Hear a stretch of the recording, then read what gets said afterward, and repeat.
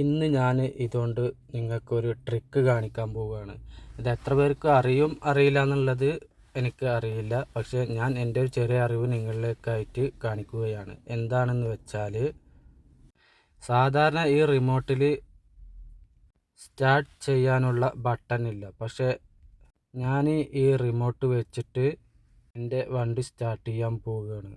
അത് എങ്ങനെയാണെന്നുള്ളത് ഞാൻ കാണിച്ചു തരാം. ഇതിൽ നോക്കൂ, ഒന്നും കാണുന്നില്ലല്ലോ. സ്റ്റാർട്ട് ചെയ്യാനുള്ള ഒരു ബട്ടൺ പോലും ഇതിലില്ല. പക്ഷേ ഞാൻ ഇത് കൊണ്ട് എൻ്റെ വണ്ടി ഞാൻ സ്റ്റാർട്ട് ചെയ്യാൻ പോവുകയാണ്. ഇതിനായി നമ്മൾ ചെയ്യേണ്ടത് എന്താണെന്ന് വെച്ചാൽ, ഇതിൽ കാണുന്ന ലോക്ക് ബട്ടൺ നിങ്ങൾ ശ്രദ്ധിച്ച് നോക്കൂ.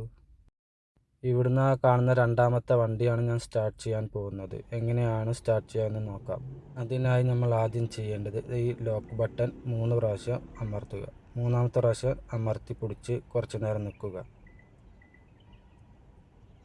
ലൈറ്റ് കത്തുന്നുണ്ട്. അപ്പോൾ വണ്ടി സ്റ്റാർട്ടായി.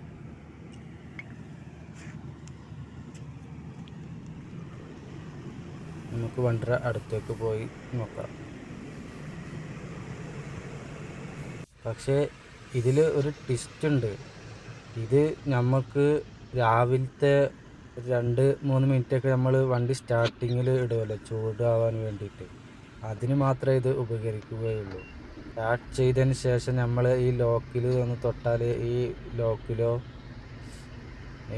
ഒന്ന് തൊട്ട് കഴിഞ്ഞാൽ വണ്ടി ഓഫാവുന്നതാണ്. അപ്പോൾ ഡോറിൻ്റെ ലോക്ക് നമ്മൾ എത്രത്തോളം തൊടാതെ ഇരിക്കുന്നോ അത്രത്തോളം സ്റ്റാർട്ടിങ്ങിൽ നിൽക്കും. ഇപ്പോൾ ഞാൻ തൊട്ടു, ഇനിയിപ്പോൾ അത് ഓഫ്.